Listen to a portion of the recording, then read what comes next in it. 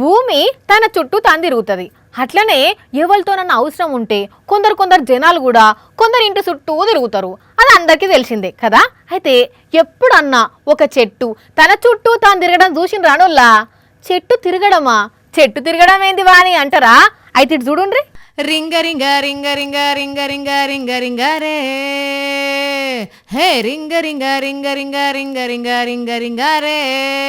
High, ఇదేంది బుడ్డ చింత చెట్టు భలే గమ్మత్తుగా తిరుగుతున్నది.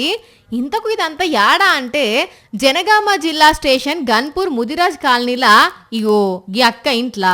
చెప్పక్క, నువ్వెట్లా చూసినావు? తమలపాకు తెంపుదామని మా బిడ్డాడికి వచ్చింది. ఇందులో ఏమైనా పాము ఉన్నదా, పురుగు ఉన్నదా, కుమ్మరి పురుగు పడుతుంది, మరి అట్లా ఇట్లా తిరుగుతుందా? ఆడ ఏం లేదు, ఆ చెట్టు ఊరికే తిరుగుతూనే ఉన్నది. ఓకే ఓకే, అర్థమైంది. కానీ నీ మనవాడు కూర్పాట్లు పడుతున్నాడు, మంచిగా ఎత్తుకో అక్క.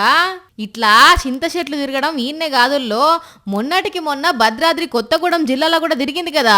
ఒక్కసారి రెండు కలిపి చూడుండ్రి. పోలా అదిరిపోలా. మరి చెప్పండి పంతులు గారు, అసలు చెట్లెందుకు చెట్లు తిరుగుతున్నాయి అంటారా? ఇది బ్రహ్మంగారి కాలజ్ఞానంలో చెప్పిన విధంగానే కొన్ని వింతలు ఇలా జరుగుతున్నాయని. ఇక ఈ చింత చెట్టు ముచ్చట ఇటు ఉంచితే, ఇటు భద్రాద్రి కొత్తగూడెం జిల్లా అశ్వరావుపేటలో చూడుండ్రి కొబ్బరి చెట్టు ఎట్లున్నదో. దీంట్లో వింతే ఉన్నది అంటారా? అయితే చెట్టు పెట్టినప్పుడు మామూలుగానే ఉన్నదట. కొన్నేళ్ళు ఒక్క తలకాయతోనే కాయలు కాసిందట.